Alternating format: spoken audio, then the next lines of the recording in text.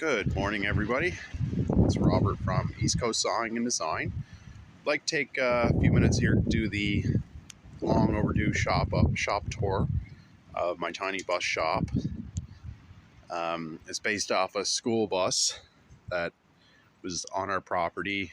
We used to use it as a firewood barn back in the 90s, early 2000s, and we switched to using a bigger barn, which is actually behind me here, which is a 24-foot truck delivery box.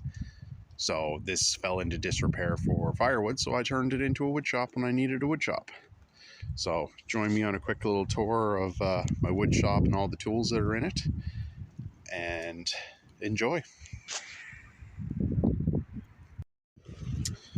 Okay, so first from the outside, you can see the back of the bus. The old door had rotted off, so I mounted just a wooden barn style door. The back two windows were already boarded up. They were previously destroyed. We bought this bus back in the very early 90s for living accommodations before it was turned into the woodshed it was. So just quick little latch on the outside, nothing fancy. So got a duct come in. So on the inside, I just have a little turn latch. I kept the bus very low budget, as I didn't need to spend a lot of money here. So light switch on the wall. So I got 4 lights in here, just some LEDs running off the wall. And come to the back here, flip on the other light switch, and here we are. So when you first walk in, there's the door. On the left-hand side walking in is my first workbench I built in here. So it's actually made from an old tabletop.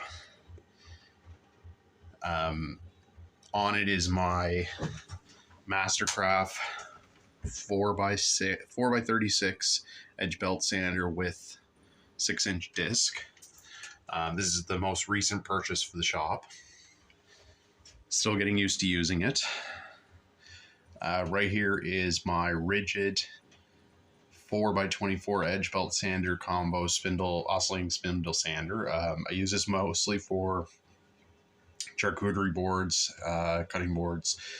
Up until I got the other sander, this was my workhorse.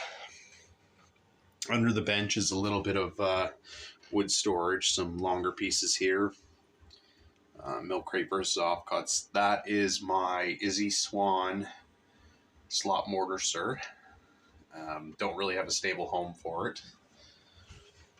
Next, between the bench is my Black & Decker leaf blower. I purchased this for $20 at a flea market unopened, and that's the primary use I have for it in the shop, is keeping the shop clean. I don't have central dust collection in here yet.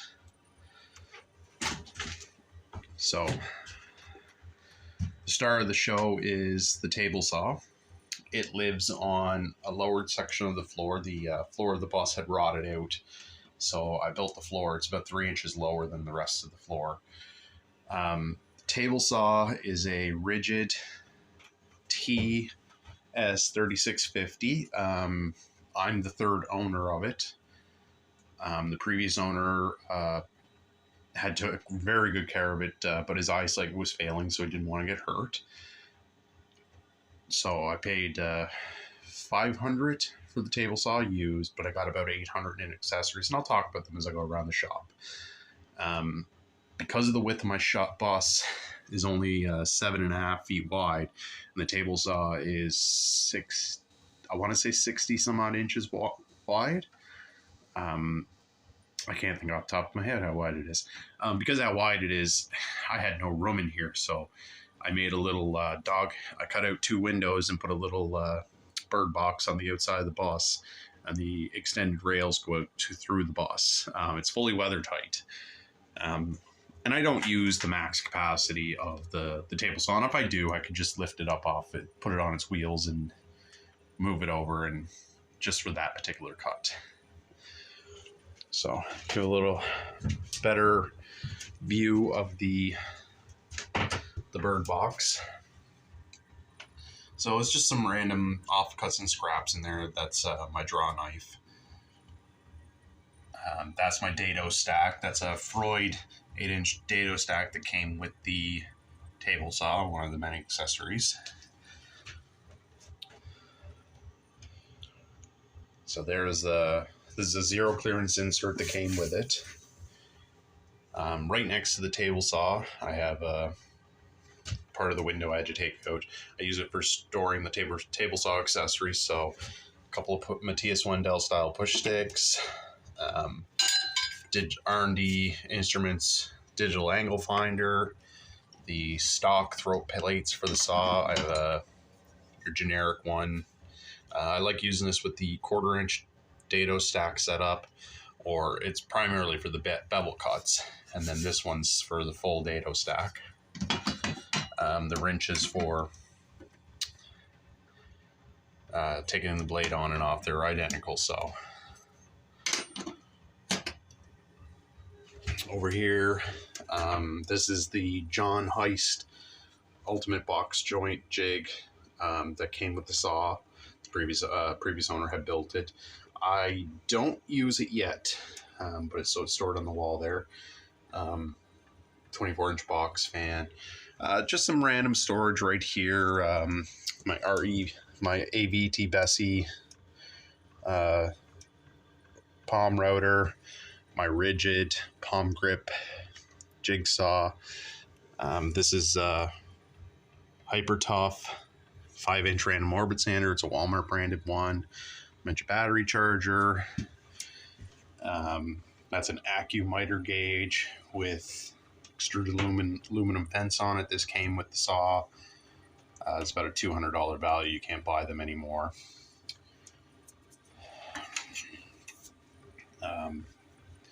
Just started stacking my spare table saw blades down here.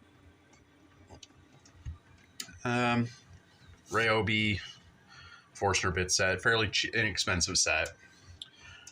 My rigid 2 horsepower 1/2-inch router. I don't use it with the plunge base, but I do have a plunge base with it.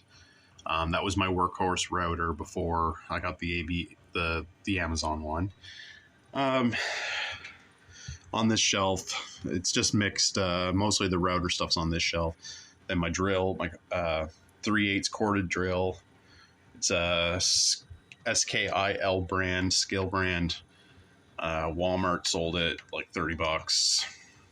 It's not the best corded handsaw, but it works.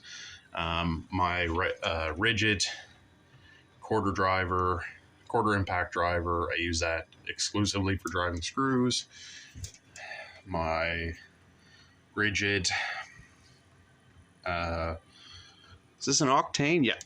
7 1/4 Octane cordless circular saw. I got it as a kit with the battery. It's a 5 amp hour battery. Yeah, 5 amp hour battery.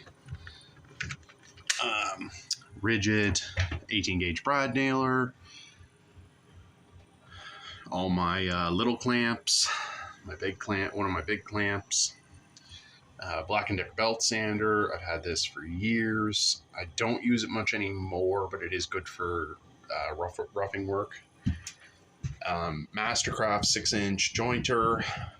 This was a gift to me by the gentleman I bought the table saw off of. He actually gave it to me about a year before I got the table saw.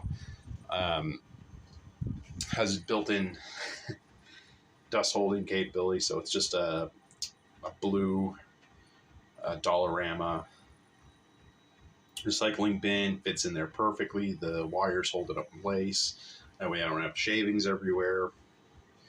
I don't do a lot of long stuff, so having it crosswise in the shop is fine. I'd have to move it previously anyway. In this corner is mostly my big chunk storage. So all my offcuts, some of my plywood pieces.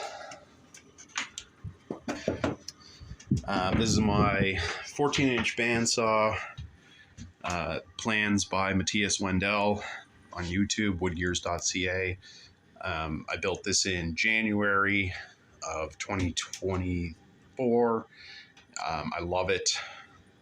I didn't have a bandsaw in the shop, and I do a lot of resaw work, or I have a need for a lot of resaw work. So it's been really helpful having this bandsaw.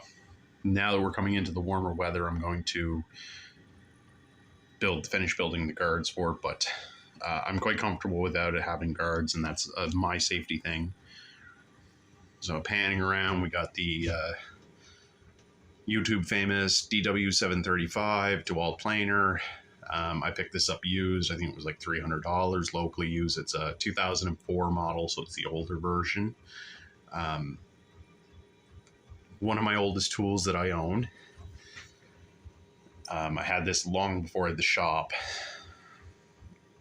As I have mentioned, as I've mentioned in previous videos, I deal with rough lumber a lot, so with my sawmill, so I use the DeWalt for making clean lumber. Upgraded to a LuxCut 3 helical carbide insert head in 2022. Best thing since sliced bread. That's my router flattening jig right there. Doesn't really have a good home.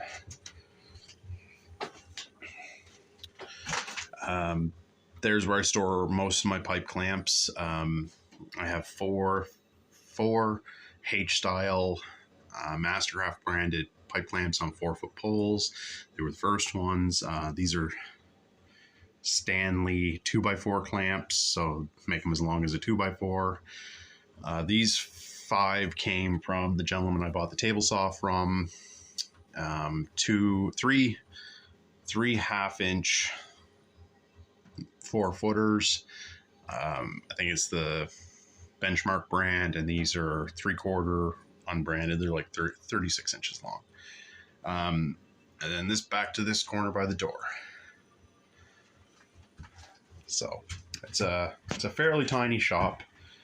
It's about 7.5 feet wide by 13 feet long.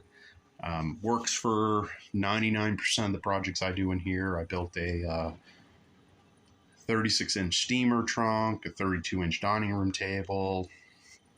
I do mostly charcuterie and small projects in here, but it serves me well. I quite enjoy the space. Onto my power requirements for the space. So I have a bunch of 4-gang boxes that I acquired many years ago from a retired grow-op. So there's one here. There's one right there. There's one behind the bandsaw, and then the one right by the door. So the one, so I'm fed off a 20 amp circuit from my father's car garage. So there's my input feed right there. And it works out really good because no tool in here draws more than 20 amps. And I'm not using more than one tool at a time in here. And in most cases, the tools themselves will shut off before I've overloaded the circuit I'm running on. So in the case with the jointer, I've popped the breaker on the jointer a few times. If I'm taking a really deep cut trying to flatten wood, or if I'm running the planer for an extended period of time, it really kind of bogs down the planer, and I'll pop the breaker if I overload. So the tools themselves have the safety requirements in them. Oh, and I forgot to mention, the planer is just exiting its dust right out the side of the shop. Makes for quick and easy dust collection there. The shop's heated with a Vevor Chinese diesel heater. There's my output right there below the light. It's angled so it hits the main part of the shop. There's my controller underneath the clamps. So right now, it's according to the controller, it's 10 degrees in the shop, 11 degrees, and it's set on heat setting 2. I run exclusively fuel diesel in it, as there's not many places in my general area to pick up furnace oil by the liter. So for how little I use the heat in the shop, it works out really good for me to just run furnace oil or fuel diesel. I mean, I think I'm 20 liters a month, 20 liters every couple months, every 2 months kind of thing. Like, it's not a lot of fuel.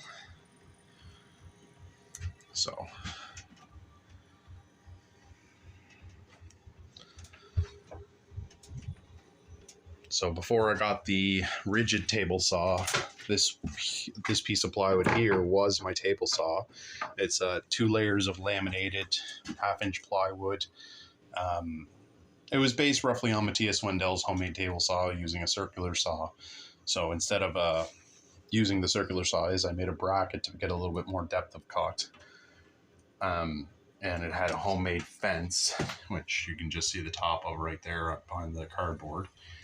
And that worked for years, for about a year and a half. It worked really well for what I was doing. I wasn't doing precision work with it, so it worked out really good for what I needed. The table saw allows me to do really precision work now, especially dado type work, because I had no way of cutting dados previously.